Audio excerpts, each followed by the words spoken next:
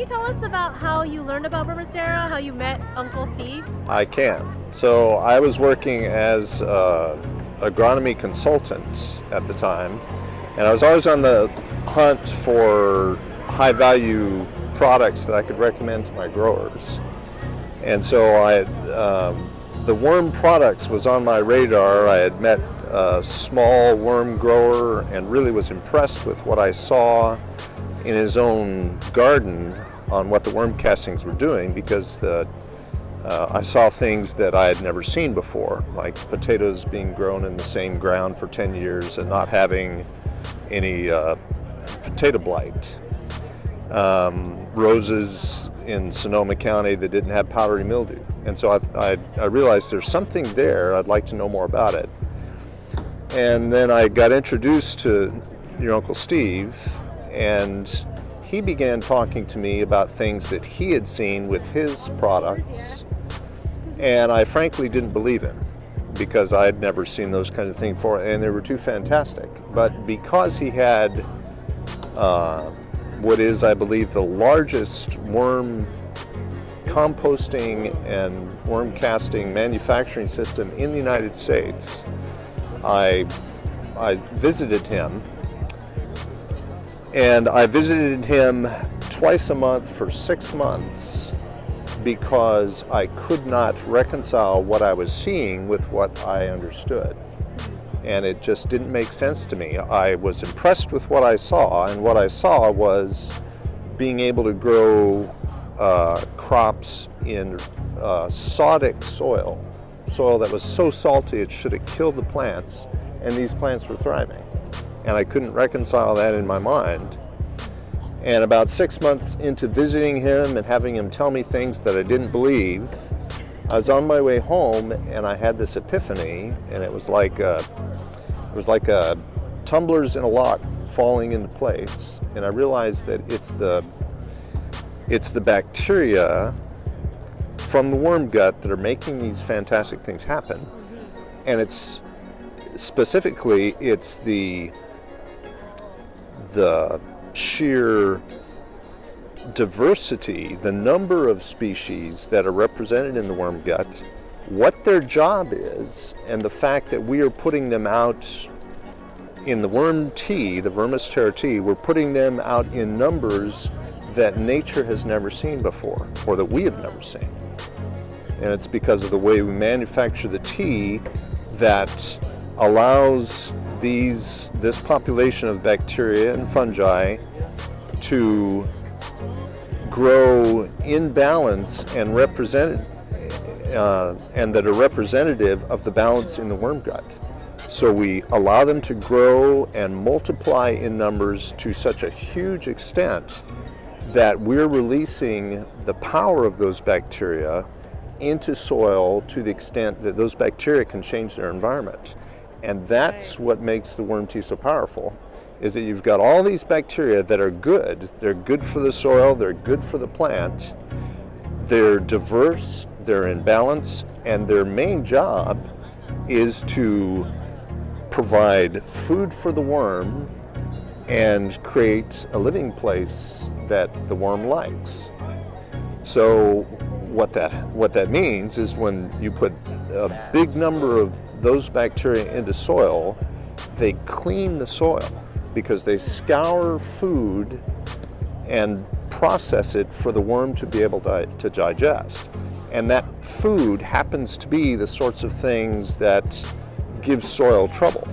So it can be unfinished carbon, it can be phenolics, hydrocarbons, wound responses that plants have, mineral salt, all those things. There is a bacteria in that wide, diverse population that can break that down for food and do it in balance. So that made sense to me, that because we're taking this previously relatively unknown population of bacteria, this diverse, in balance, beneficial population, blowing it up in big numbers and releasing it into soil, we'll start seeing things we've never seen. Right. And we do. Wow. So that's how I met him. That's And incredible. so I need to tell you, I had a decision to make then and I remember thinking this, I have got to either forget that I ever saw this, because if I recommend this to my clients, they're going to say, well, why do we need you then? And I'll do myself out of a job. Or I need to try to make a deal with this guy to be able to sell his product, because this does everything that people pay me to figure out. Yeah. How about like any sort of like diseases? How does it fight like fungal? Yeah, It's a big problem in agriculture. Yeah, that's a great question. And again, this is it's not a fungicide. It's not a bactericide, and we don't sell it that way. But like with the salt and nematodes, the tea and the castings, and I'll delineate those two things, remind me to do that. They do things in their effect on fungal and bacterial diseases that we've never seen before. And the way it works is by something called competitive inhibition. And that simply means that the bacteria and the fungi in the tea eat the food faster than the pathogen can, and they effectively starve it out.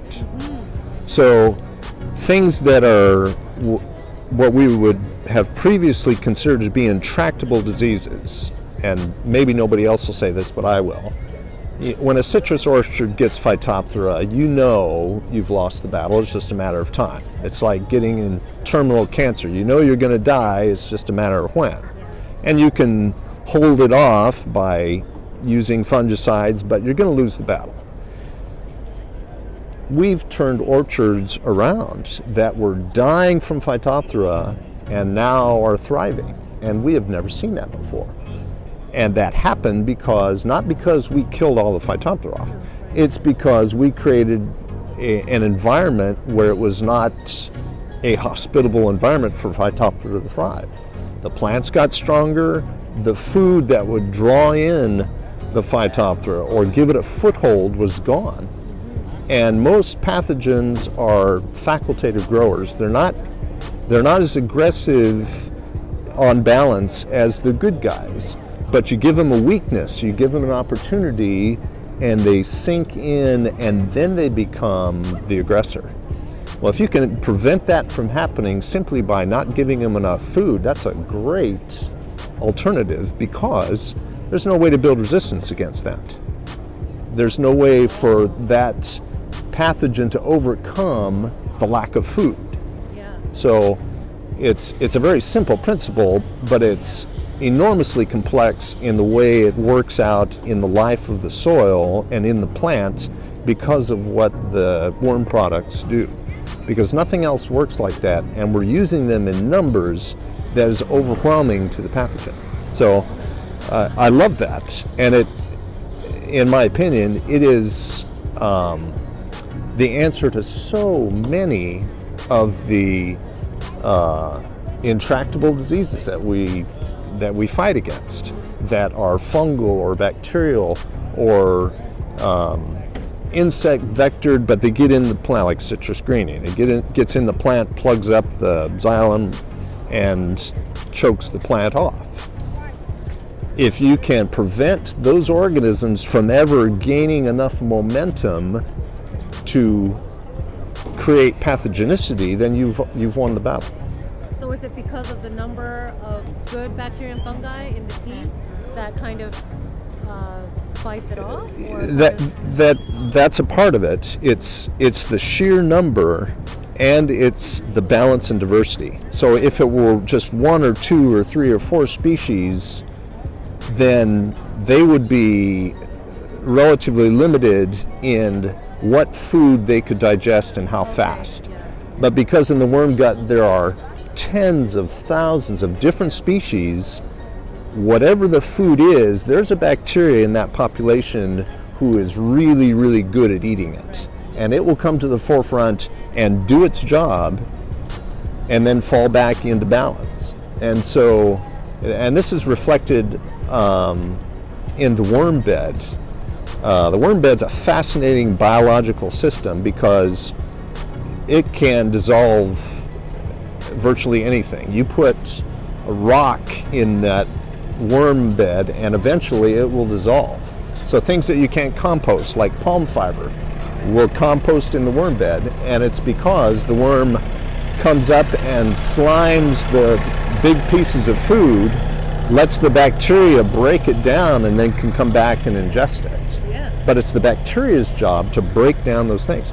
So there are bacteria in the worm gut that break down complex hydrocarbons. So when I get an oil spill in my yard, I'll put tea on it because the bacteria will eat it and make it go away. So you think about not just what the plant exudes, but what we put on the soil to try to control other things, like herbicides, glyphosate, whatever the herbicide is, all that goes in the ground. And while they may not individually be toxic to the plants that we want to protect, that buildup of complex hydrocarbons in the soil has an effect on soil biology. Right. And so things start to be affected. They run slower, they're not as efficient. And now you've created this window of opportunity for when a plant gets injured or something, it has a wound response. Now those opportunistic pathogens start to get a foothold. And so there's this whole cycle that gets affected. Just think about being able to dissolve those residual hydrocarbons in the dirt just because you're using a natural product that breaks it down for food. Wow. It's awesome. Yeah.